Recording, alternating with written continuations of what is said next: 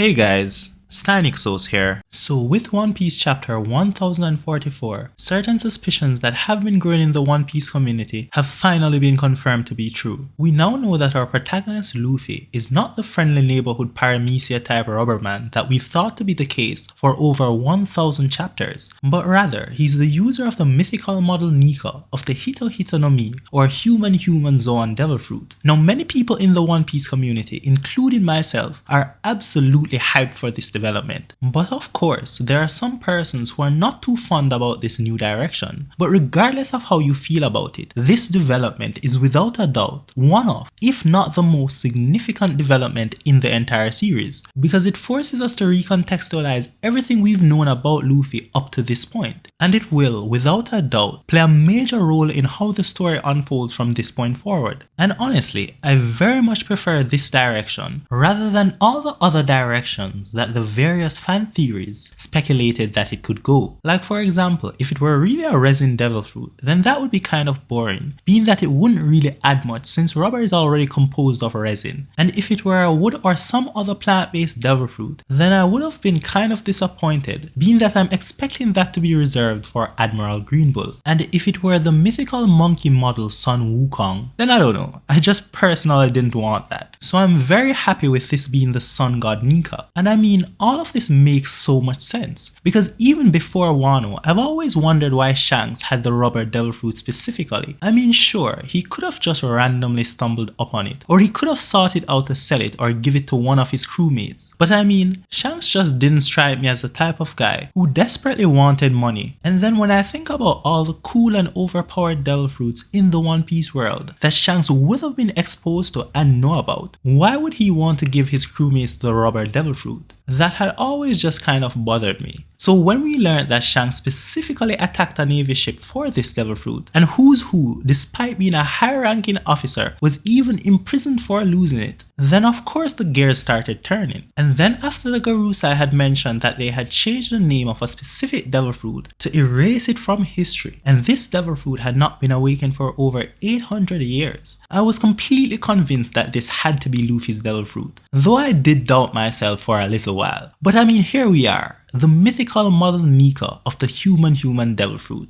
Like, well played, Oda. And this is just so perfect on so many levels. Like, many of you will realize that Chopper also has the human devil fruit, but it seems he only has a normal model. And one of the defining features of Chopper is that he was able to alter his transformation wavelength using the Rumble Ball to gain way more forms than the typical Zoan that is restricted to only 3. Now, I have always thought that this should have been the standard for all high-level awakened Zoans. Like, imagine characters like Kaido and Marco and Yamato having 9 transformation forms like Chopper. To me, that would have made an amazing Zoan type awakening, rather than just the increase in resilience and physical attributes that they currently have. But given this latest revelation, I think it was a fantastic idea to limit this to just Chopper. Because even though I'm not sure if Oda was thinking about this at the time of Chopper's introduction, but this is such an incredible prelude to the mythical model of the human devil fruit. Like, Chopper was in essence able to alter his humanity through the artificial method of the Rumble Ball. But the mythical human is the supreme form of a human that is able to alter himself even in his base state. Because remember, he's actually a mythical human that is altering his body to behave like rubber. So of course, this is why he can also do things that even rubber shouldn't normally be able to do, like alter the trajectory of his hand at his whim. That is the level of control that a mythical human has over their body. And this also helps to put certain peculiar things about Luffy into context. Like, many of you will remember that at Impel Down, after Luffy was utterly destroyed by Magellan and left to die, with the help of Ivankov he was able to recover. But even with the help of Ivankov, the possible success rate was only 2 to 3% at best, and the treatment should have taken close to 3 days to actually work. Yet Luffy was able to not only beat the odds and survive, but he even managed to do it in less than a day. Now, many people just wrote this off as just a main character beating the odds for plot reasons, and that may have been true. But then we skip forward to Whole Cake Chateau, where Luffy had a broken tooth and Brook had a broken skull, but then after drinking a box of milk, they just immediately healed. Now, this was quickly written off by many people as just being an anime gag, especially because Brook has been healing with milk since Thriller Bark.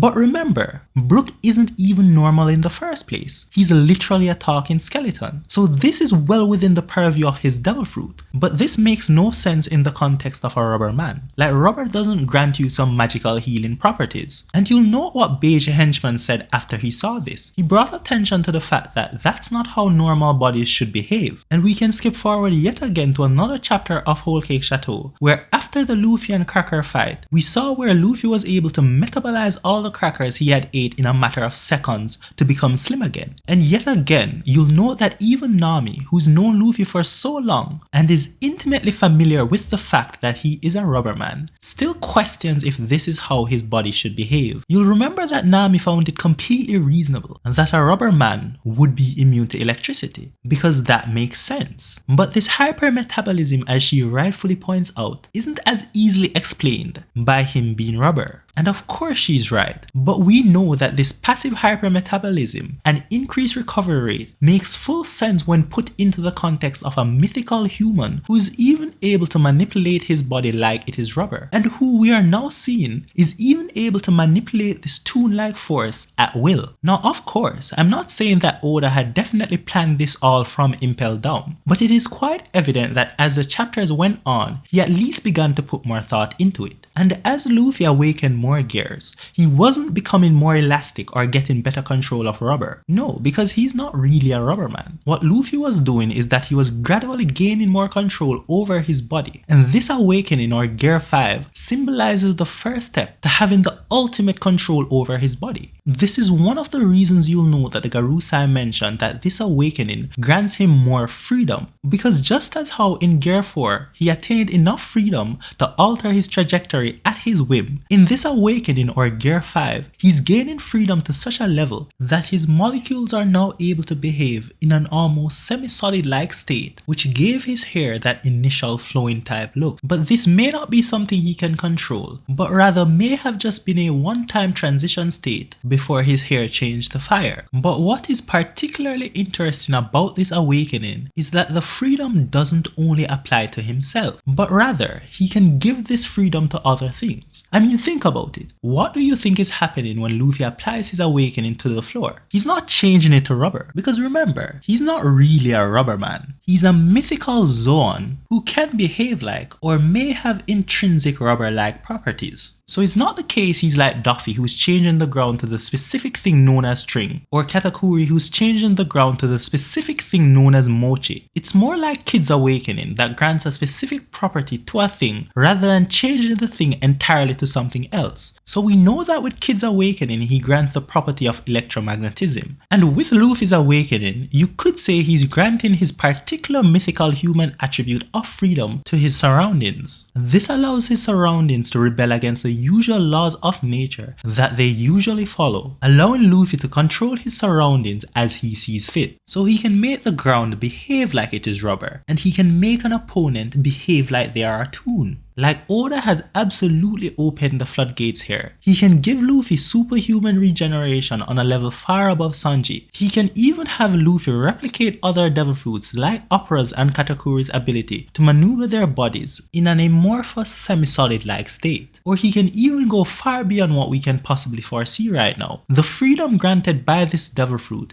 is a door to endless possibilities. And this is one of the reasons the Garusai says that it is considered the most ridiculous devil fruit in the world. But I mean, there's still some questions that need to be answered. Like, being that Luffy isn't actually rubber, then why is he immune to lightning? And as he continues to increase his mastery of his devil fruit, will he gain increased resistance or immunity to other elements such as fire? Well, I have my own ideas about all of this, and I expect that many of the answers will be intimately tied to certain characteristics surrounding the lore of Sun God Nika himself. For example, it may be the case that Nika doesn't just alter his body to behave like rubber, but rather he may intrinsically have all the properties of rubber, but just isn't restricted by the rules of rubber, being that he isn't actually a purely rubber paramecia, it's just one of his features. And being that he is the sun god Nika, and Hyogoro described Luffy as looking like the god of fire himself, and in this Gear 5 state, Luffy's hair is literally fire, Luffy eventually gaining immunity, or at least a high level of fire resistance, as his mastery increases